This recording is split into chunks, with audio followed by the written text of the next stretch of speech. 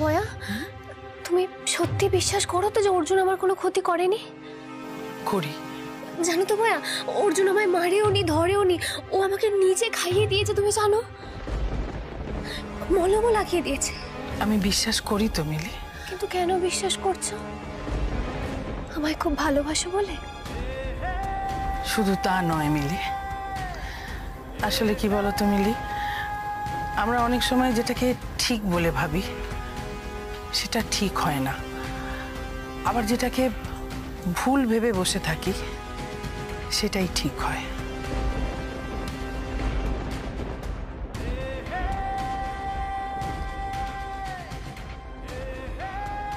আমরা চোখে যেটা দেখি সবসময় কিন্তু সেটা সত্যি হয় না।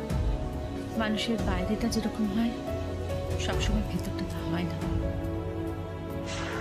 আচ্ছা বয়া, তোমরা এই যে বলো বাইরে থেকে দেখলে ঠিক মনে হয়, কিন্তু আসলে ভুল হতে পারে, এটা কাকে মিন করে বলো গো? ও বয়া, আমাকে বলো না সবটা খুলে, প্লিজ, লুকিও না কিছু। রাহুলকে মিন করে বলো? বম্মাও সেদিনকে একই কথা বলছিল। কেন বলো তো? রাহুল তো আমাকে খুব ভালোবাসে, পাবলিক প্লেসে সবার সামনে ওপেনলি বলে আমাকে কতটা ভালোবাসে।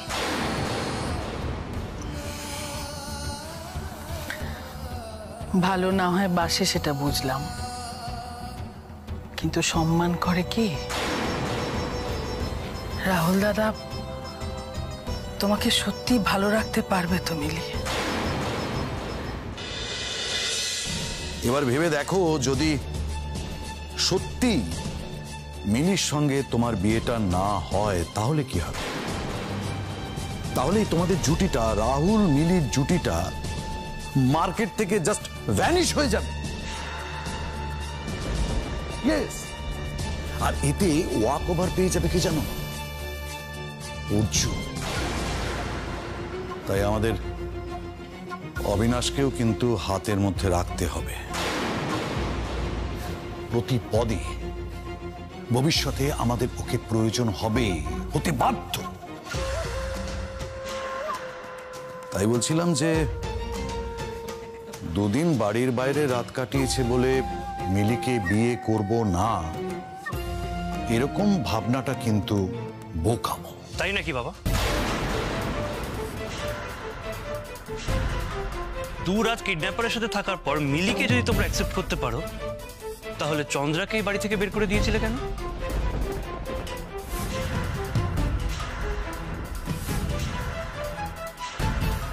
ওর সাথেও তো এই একই ঘটনা ঘটেছিল।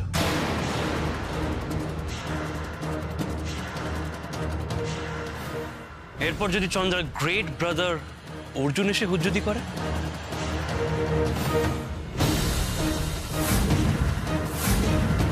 যদি বলে চন্দ্রাকে এই বাড়িতে ফিরিয়ে নিতে হবে, তখন?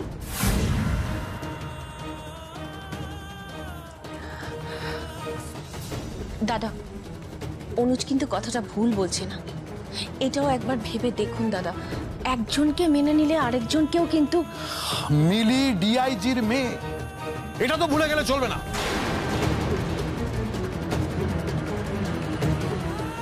অবিনাশ আমার অনেক কাজের সাক্ষী, ওকে ডিচ করাটা সহজ হবে না।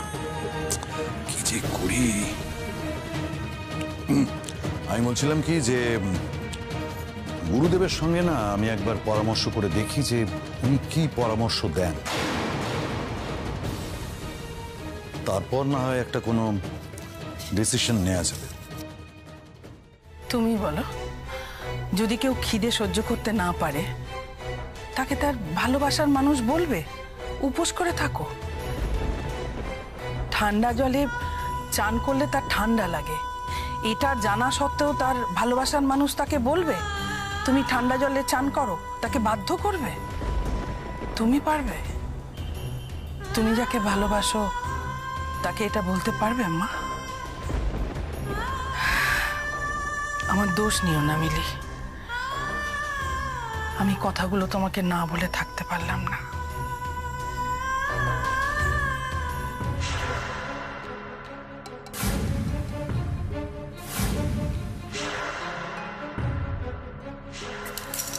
আপনি দেখতে পাচ্ছেন রক্ত জমে আছে? প্লিজ মলমটা লাগিয়ে নিন। মুখটা খুলুন, মুখটা।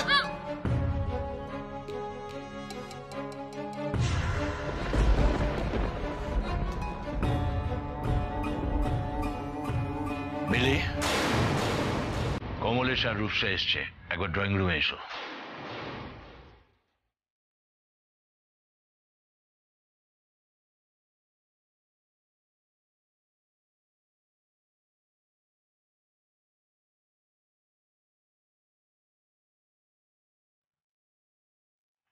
এত রাতে?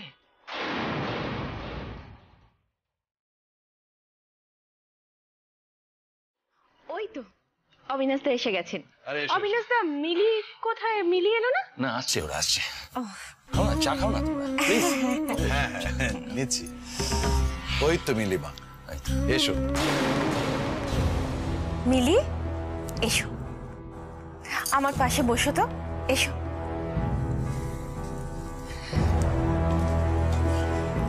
বসো। সন্ধেবেলা ওরকম মন খারাপ করে আমাদের বাড়ি থেকে চলে এলে, আমারও মনটা কিন্তু ভীষণ খারাপ হয়ে গেছে তোমার জন্য। তাই ভাবলাম যাই তোমার বাড়ি গিয়ে তোমাকে দেখে আসি। সেই তাছাড়া গুরুদেবের সঙ্গেও কথাটা হয়ে গেল, বুঝলে অবিনাশ। তাই ভাবলাম আর দেরি করে কোনো লাভ নেই, গুরুদেবের নিদানটা তোমাদের জানিয়েই দিই।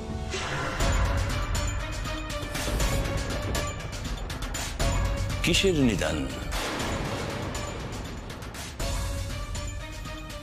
নিদান দেওয়ার ব্যাপারটা তো বুঝলাম না। না না, সেরকম কিছু হয়নি, মানে ওই একটা ছোটখাটো নিয়ম আর কি। দেখো, বুঝতেই তো পারছো অবিনাশ, বিয়ের দিন মেয়েটা কিডন্যাপ হয়ে গেল, তারপর দুটো রাত বাড়ির বাইরে ছিল। তাই গুরুদেব বললেন যে রাহুল আর মিলিমায়ের বিয়েটা হওয়ার আগে মিলির যদি একটা শুদ্ধিকরণের ব্যবস্থা করা যায় আর কি।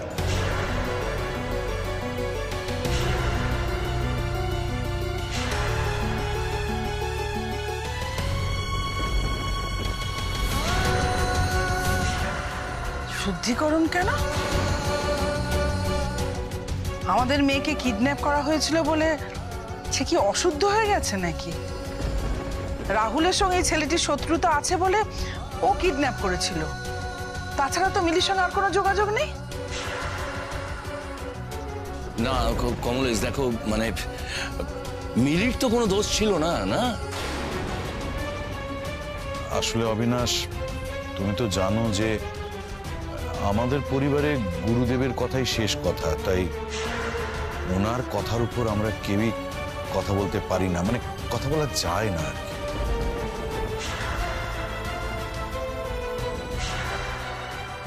আচ্ছা, রাহুলও কি এই শুদ্ধিকরণে এগ্রি করেছে? মিলি, তুমি তো রাহুলকে খুব ভালো করে চেনো, তুমি তো জানো যে ও গুরুদেবকে কতটা ট্রাস্ট করে। মাম্মা, আমি তো তোমাদেরকে বারবার বলছি অর্জুন আমার কোনো ক্ষতি করেনি। ছি ছি ছি মিলি, এটা তুমি কি বলছো মিলি? তোমাকে কখনো আমরা অবিশ্বাস করতে পারি? আসলে কি বলো তো মিলি, অর্জুনের মতো একজন ক্রিমিনাল তোমাকে কিডন্যাপ করে নিয়ে গিয়েছিল, তার উপর আবার 2 রাত 2 দিন তোমাকে আটকে রেখেছিল। বোঝোই তো, সমাজ, লোকজন বলে একটা বিষয় আছে, নানা লোকের নানা রকম কথা বলছে মিলি। আম্মা, কেউ তো এই বিষয়ে জানে না, সবাই তো জানে আমি অসুস্থ, হাসপাতালে ভর্তি। তাহলে হ্যাঁ, তাই তবুও মানে এই বিষয়টা তো মিলি আমাদের কিছু আত্মীয় স্বজনরা জানে। আর তাছাড়া বলো না, বাইরের লোকের মুখ তুমি কদিন চাপা দিয়ে রাখতে পারবে? ঘটনাটা ঠিক কোনো না কোনোভাবে জানাজানি হয়ে যাবে। আরও একটা কথা কি বলো তো, আমাদের গুরুদেবের দেওয়া নিদান আমরা কখনো কোনো দিন অমান্য করি না, করতে পারি না। তাই বলছিলাম, উনি চাইছেন এই পরশু দিনই শুদ্ধিকরণের কাজটা করে ফেলতে, আর তারপরে আমরা সবাই মিলে বসে তোমার আর রাহুলের বিয়ের ডেটটা ফাইনালাইজ করে ফেলবো।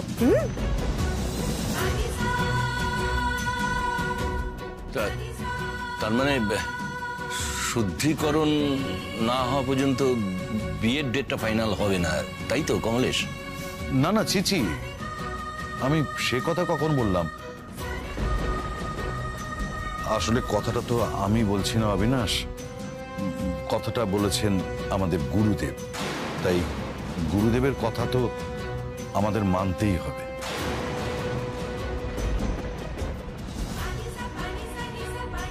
নীলিমা, আমি বলছিলাম আমাকে একটু একা থাকতে দেবে জেঠুমনি? আমাকে প্লিজ একটু একা থাকতে দাও মাম্মা।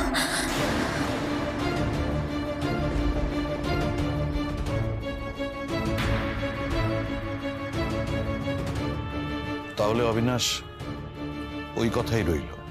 হ্যাঁ, তাহলে আমরা সব অ্যারেঞ্জমেন্ট করছি অবিনাশ দা। আসি তাহলে অবিনাশ দা, বাই। গেলাম অবিনাশ। হ্যাঁ,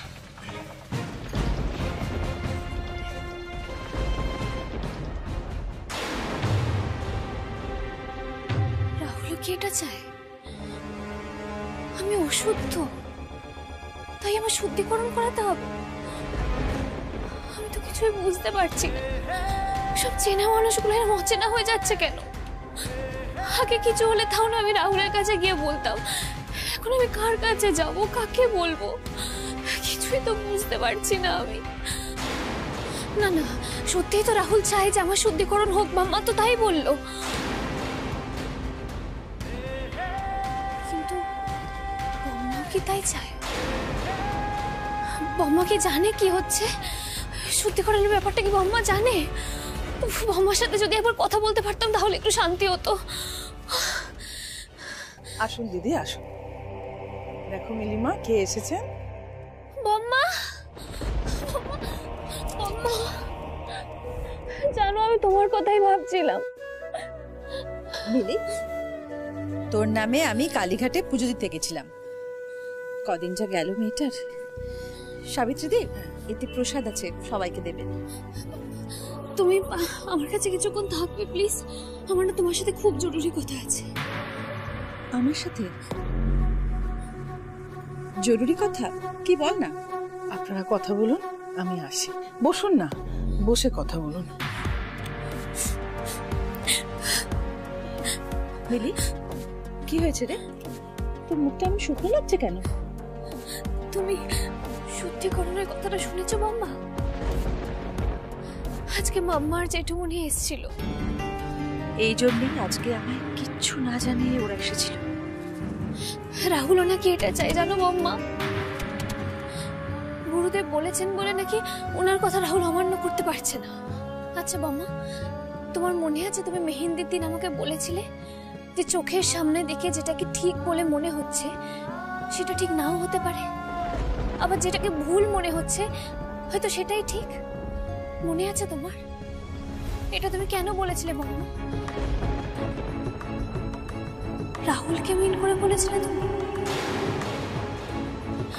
কেন কেউ বিশ্বাস করছে না যে অর্জুন সত্যি আমার সাথে খারাপ কিছু করেনি? আমি না বুঝতে পারছি না কি করে বোঝাবো। বাবা, ও বাবা, আমাকে বলো না আমি কি করব। মাম্মা আমাকে বলে গেল যে শুদ্ধিকরণ না হলে নাকি বিয়ের ডেটও ফিক্স করা যাবে না। শোন মিলি, নিজের ভালো মন্দ বুঝতে শেখার বিকল্প আর কিচ্ছু হতে পারে না। তুই বুঝতে শিখেছিস।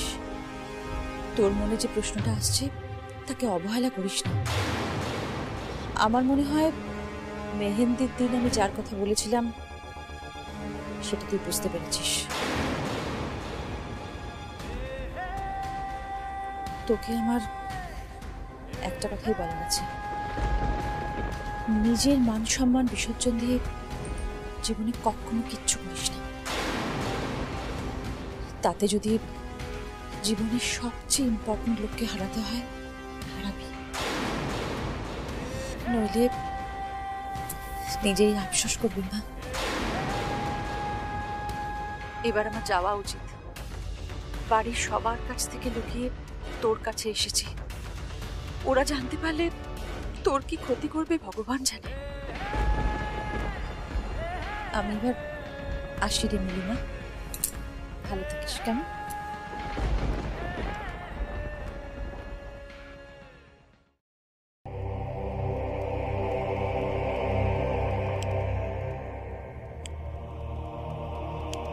আমরা অনেক সময় যেটাকে ঠিক বলে ভাবি সেটা ঠিক হয় না, আবার যেটাকে ভুল ভেবে বসে থাকি সেটাই ঠিক হয়। আপনি শিওর সব আগের মতন হয়ে যাবে? Absolutely sure. রাহুল দাদা তোমাকে সত্যি ভালো রাখতে পারবে তো মিলি?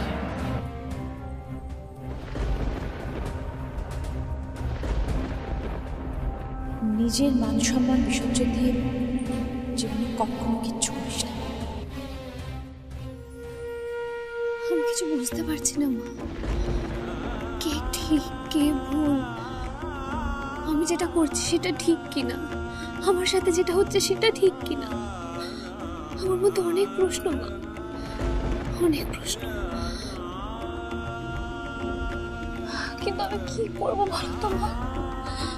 আমি কিচ্ছু বুঝতে পারছি না। আমি কাকে জিজ্ঞেস করবো, কাকে জিজ্ঞেস করবো আমি বলো, কাকে? মাঝে মাঝে না আমার মনে হয় যে আমার গায়ে বোধহয় কোথাও সেন্সর লাগানো আছে। আমি বিপদে পড়েছি টের পেলেই আপনার কাছে সিগন্যাল চলে যায়। একজন আছে মা, যে আমার সব প্রশ্নের উত্তর দিতে পারে। আপনি শিওর সব আগের মতন হয়ে যাবে? অ্যাবসলিউটলি শিওর, একজন আছে।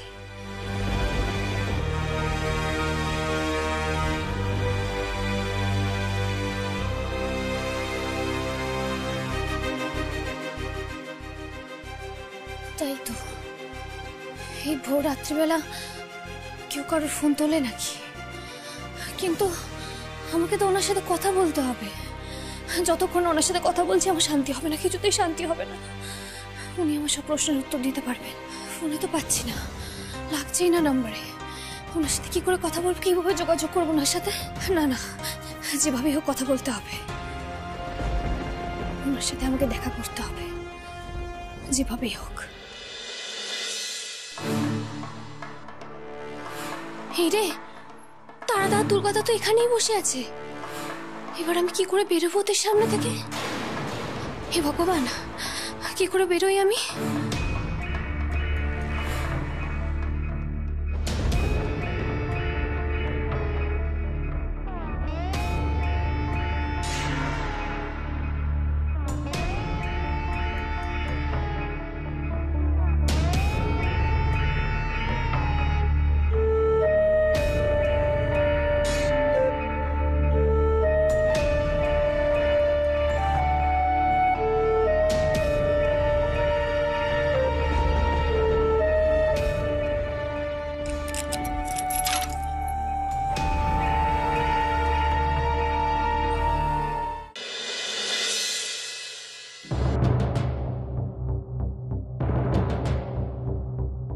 কি ব্যাপার, কেউ নেই কেন? এখন কি করব তাহলে? এখানে কি একটু অপেক্ষা করব?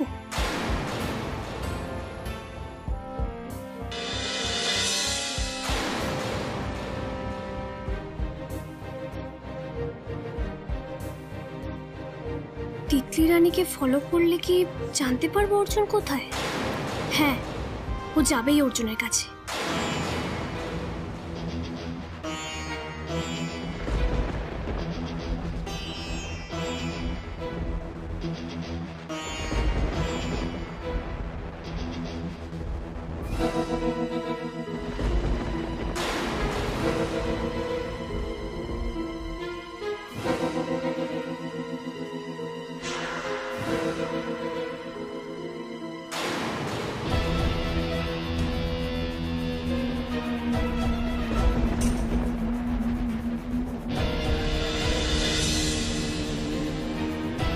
বাবা কোথায় গেল? এদিকেই তো আসছিল।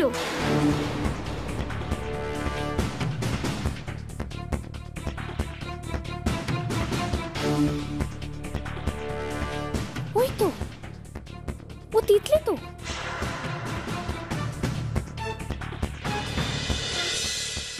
সত্যি রানী তো দেখছে গল্প করেই চলেছে। এই যা, ওগুলো নিয়ে তো এই ছেলেটা বেরিয়ে গেল। তাই তো, তার মানে ও তো অর্জুনের কাছে যাচ্ছে। ইস, মিস করে ফেললাম না তো।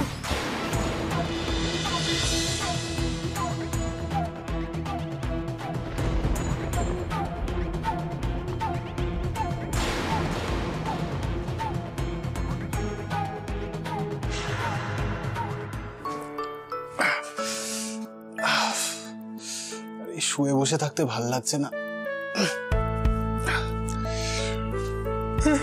জলটা কোথায়?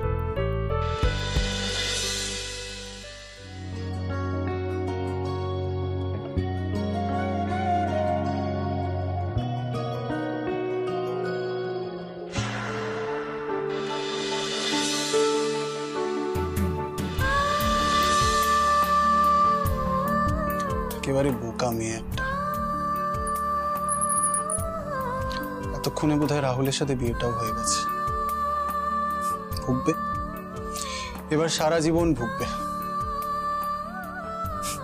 ঠিকই আছে, আমি এত ভাবছি কেন?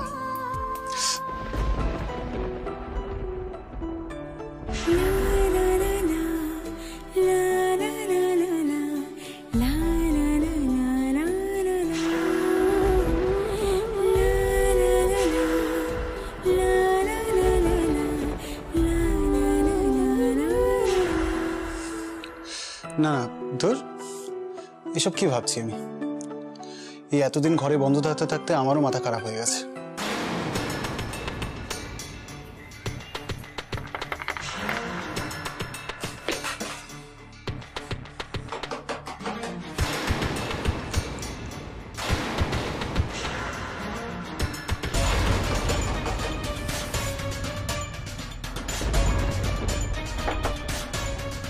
কে? দিল্লি লাড্ডু এনেছি।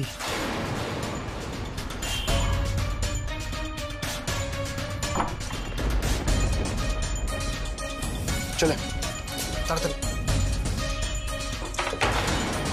যতক্ষণ না ছেলেটা বেরোচ্ছে আমি তো ঢুকতেও পারবো না। কি হবে যদি অনেকক্ষণ থাকে? সবাইকে তো লুকিয়ে এসেছি, দেরি করলেই খোঁজ পড়বে। কি করি?